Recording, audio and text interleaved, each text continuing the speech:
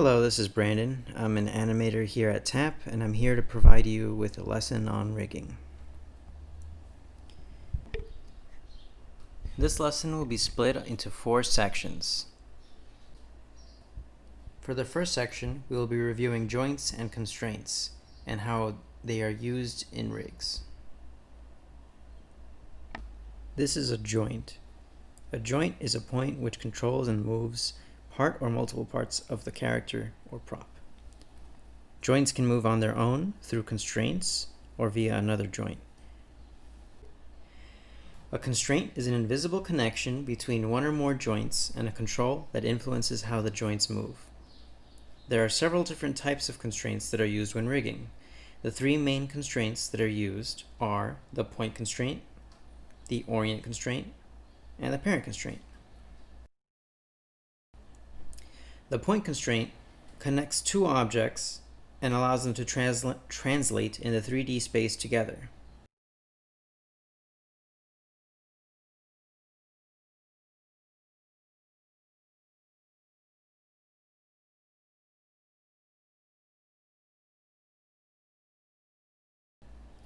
The orient constraint allows 2 objects to rotate in the 3D space together.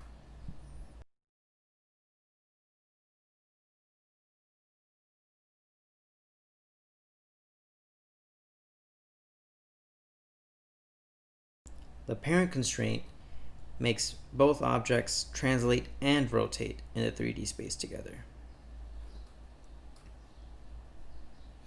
The difference between a constraint and a connection via the hierarchy is that the constraint can be turned off.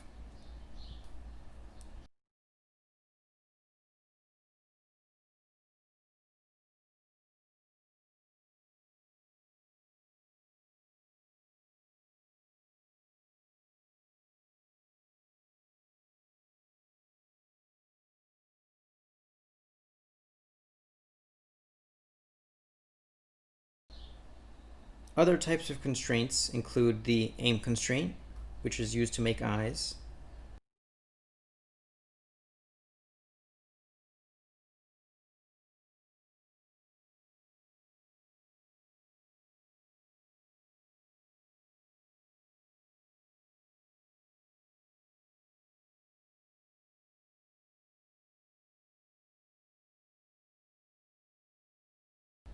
and the pole vector constraint, which is used to make knees and elbows.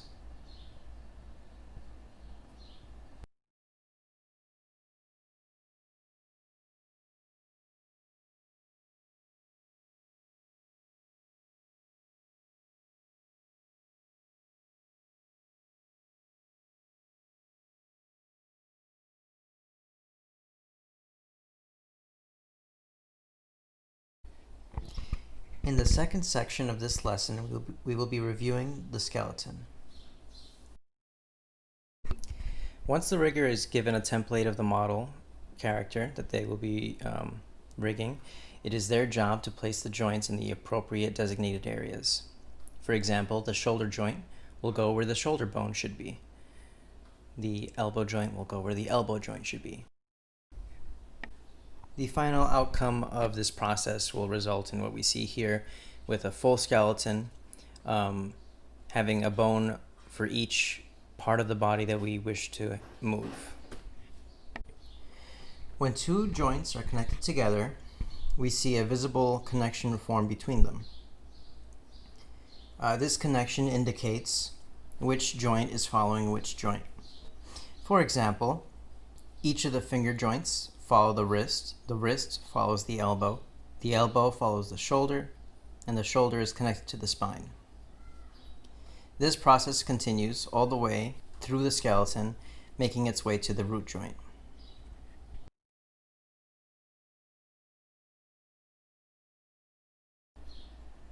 All of these bones should be labeled, including which side of the body they are on.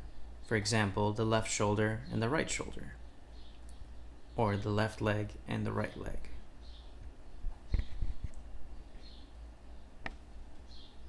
In the full skeleton, we see all the joints in the hierarchy lead into the root joint. The root carries all of the joints together. similar to how the shoulder carries the elbow or the wrist carries all of the finger joints.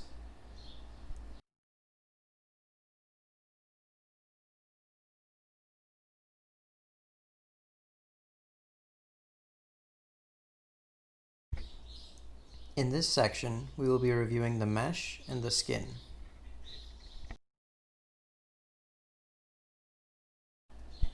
This is a mesh. A mesh is a 3D object made of geometry.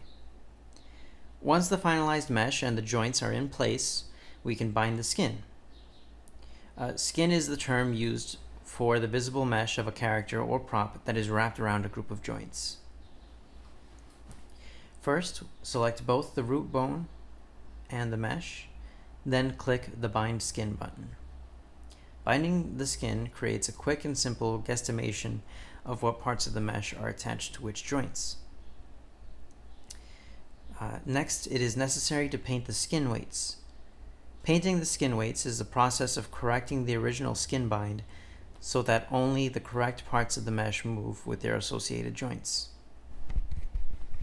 Skin weights work similar to a heat map in the sense that the more white/red something is, the more it moves, and the more blue/black something is, the less it moves.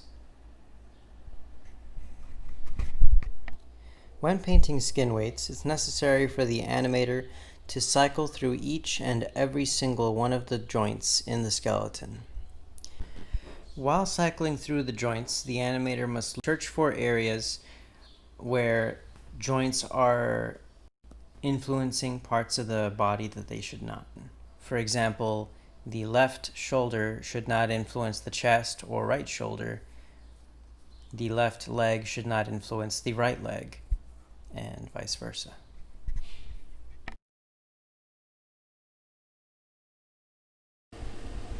Here we can see the animator scrolls through each of the joints looking for problem areas where influence doesn't belong and manually paints it black. Slowly but surely the deformities in the leg disappear, leaving a smooth transition.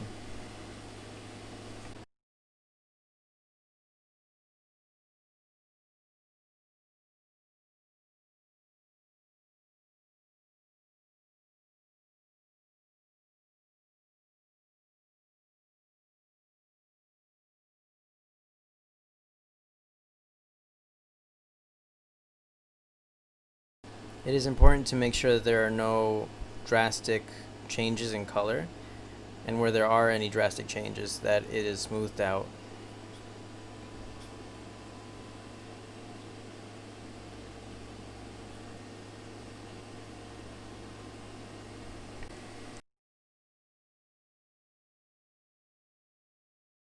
The color should be a smooth transition from red to orange to yellow to green to blue to black.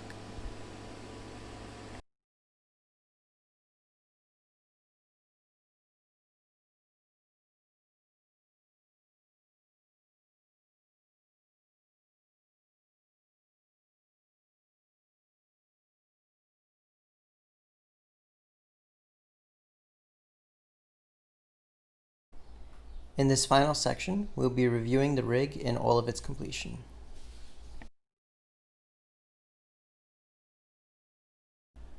A rig is a full character or prop containing joints, a mesh, and controls.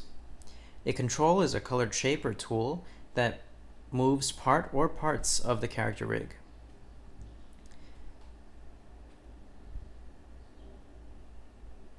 Controls are constrained to joints to allow animation with an easy-to-select interface and multiple features.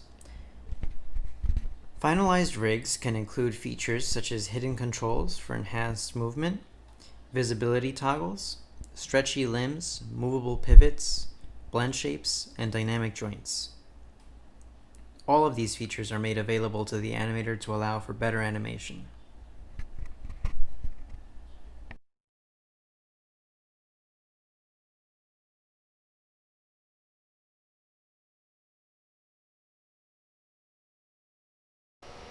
Rigging has a strong foundation in both anatomy and puppetry.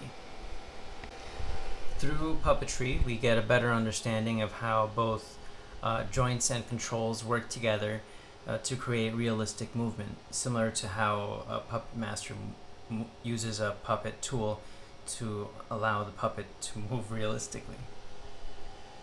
The more tools a puppet has at its disposal, the more accurate and lifelike the movements can be fleshed out from those tools. Through anatomy, we gain a better understanding of how the skin and flesh moves over muscles. In rigs, it's important to take note of what muscles move and when they move. For example, if the shoulder rotates upward, where do the pectoral muscles move? If the arms are pulled back, how do the back muscles fold and move? Similarly, with facial rigging, there's if you want a character to have dimples, you need to create shapes or muscles where those dimples would be, and those shapes would activate when the character smiles. If a character smiles, there's cheek fat that moves upwards. The cheek fat in itself is not a bone, but in rigging we would create a bone to have that similar movement. Bone placement is just as important as it is in anatomy. For example, the jaw must pivot from where the same position it would pivot for humans. Just below the ears is where the jawbone is usually placed, and from there the jawbone rotates on the x-axis and allows for the most realistic movement. Another example of basing advanced rigs off of anatomy is from the movie Finding Dory. In the movie Finding Dory, we meet a character called Frank the Octopus. Frank the Octopus took many years to create.